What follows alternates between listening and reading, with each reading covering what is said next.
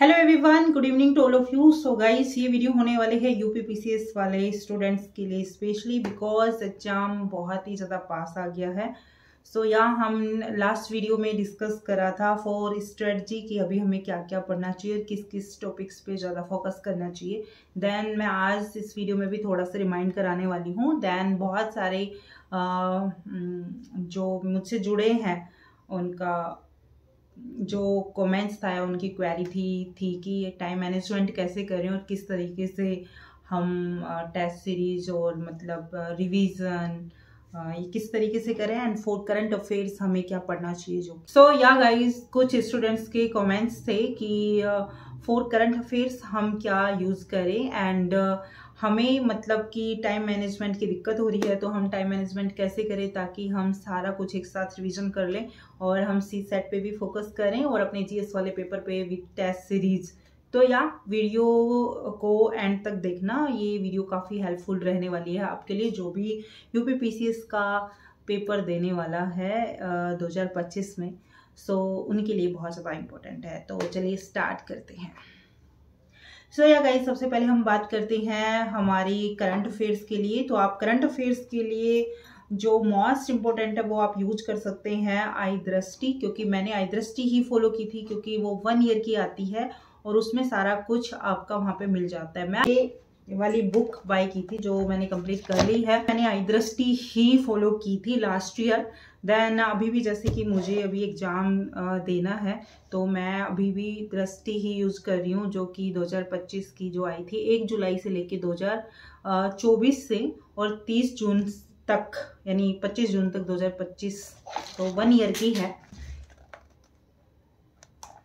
तो ये आई दृष्टि मैं यूज कर रही हूँ। होप सो आपके पास सबके पास होगी जो भी अभी एग्जाम दे रहे हो। और मैं इसके अलावा जो भी अपनी डेली न्यूज़ में चलता रहता है और जो भी हम जैसे कि यूपीएससी की प्रिपरेशन कर रहे हैं तो डेली करंट अफेयर्स पढ़ते हैं तो वो चलती रहती है। देन उसके बाद मैं ये वाली ही यूज कर रही हूँ फॉर यूपी पीसीएस, क्योंकि उसके अलावा मैं अधिक कोई यूज नहीं कर रही हूँ क्योंकि इसी को मैंने पूरा पढ़ा था लास्ट ईयर वाइस में से ऐसा करंट अफेयर्स जो होता है। बट मुझे यहाँ तक लगता है कि जो लास्ट ईयर करंट अफेयर्स नहीं पूछी गई वो यहाँ पे पूछ सकते हैं, जो भी इंपॉर्टेंस हमारी लैंग्वेज इंक्लूड हुई थी या हमारा ओलंपिक से रिलेटेड बहुत सारे क्वेश्चंस थे और जो भी भारत रत्न मिले थे।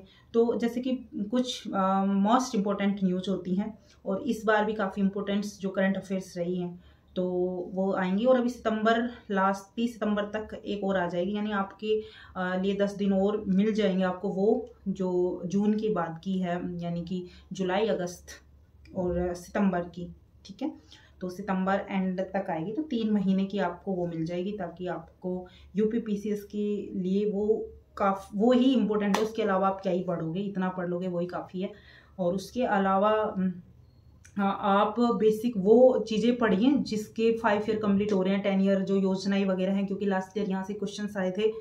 देन आप अपनी जीएस को अच्छे से कर ली होगी जिसका बेसिक कॉन्सेप्ट एनसीईआरटी से और अपना जैसे भी आपने अपना किया होगा और विद आप पीवाईक्यू लगाए होंगे। और जो लोग कहते हैं ना कि पीवाईक्यू लगाते रहते हो, तो लास्ट ईयर क्या हुआ, जब जिसने पीवाईक्यू लगाया है ना वो उसी को ही पेपर हैंडल करना आया कि किस टाइप के क्वेश्चन पूछें, क्योंकि टाइप्स तो वही है ना, आप चेंज तो होगा ही पैटर्न इतना, मतलब कि नॉर्मली रख लेंगे तो हर एक स्टूडेंट्स प्री क्वालिफाई कर लेगा, क्योंकि उसमें से भी निकालना है फॉर मेंस के लिए तो ऑब्वियसली एडवांस लेवल तो जाएगा, टफ जाएगा और आगे आगे और भी टफ होने वाला है। तो हमें उसी तरीके से अपना आपको लेके चलना है। और सी सेट के लिए आप, मैंने कहा था कोई भी प्रीवियस ईयर की बुक ले लो और आप उसी को पढ़िए। और देन आपका जो भी हिंदी पढ़ाते हैं या कम्युनिकेशन वाली है वो वीडियोज़ आप देखिए, आपको यूट्यूब पे मिल जाएंगे वीडियोज़।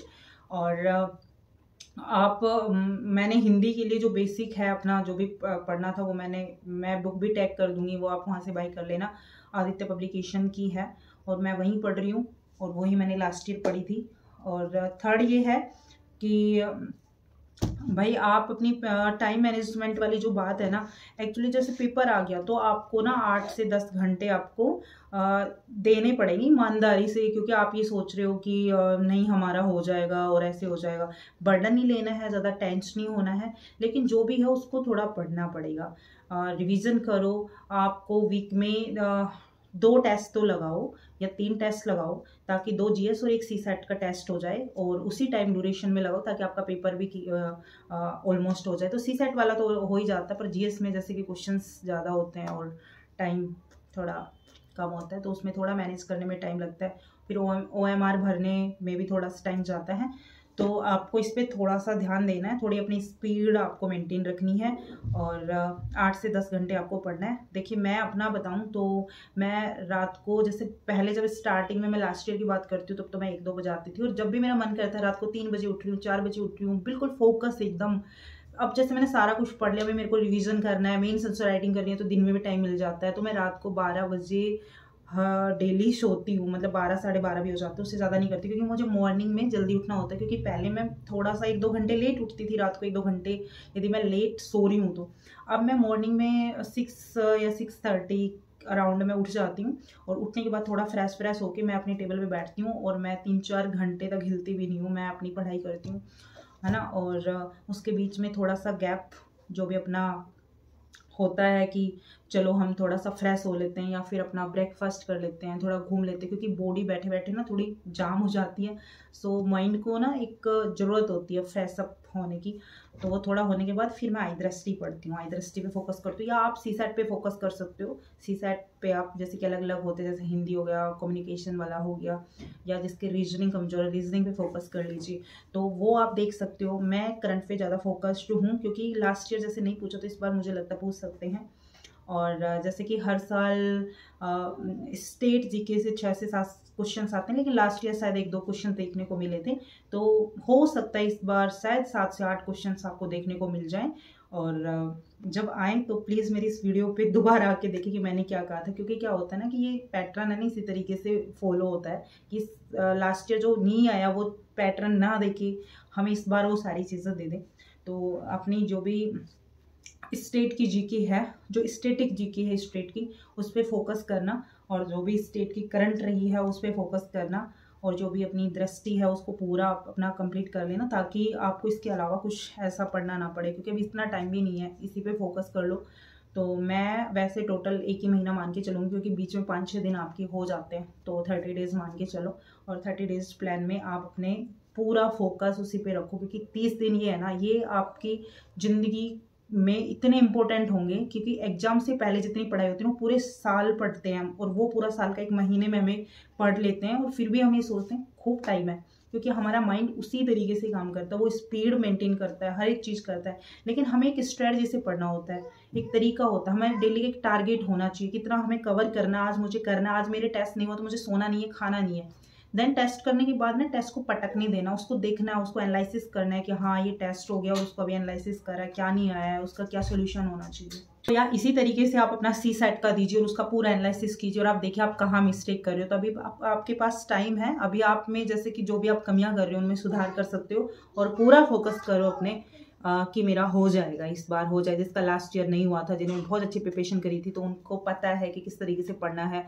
तो आप उसी तरीके से पढ़ते रहिए, और अच्छी अच्छी टेस्ट सीरीज आप मतलब कि दीजिए, ताकि उससे आपका थोड़ा कॉन्फिडेंस लेवल बढ़े। कॉन्फिडेंस होना बहुत ज़्यादा जरूरी है।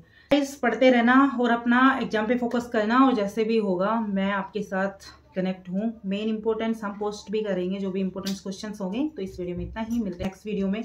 Bye bye, take care.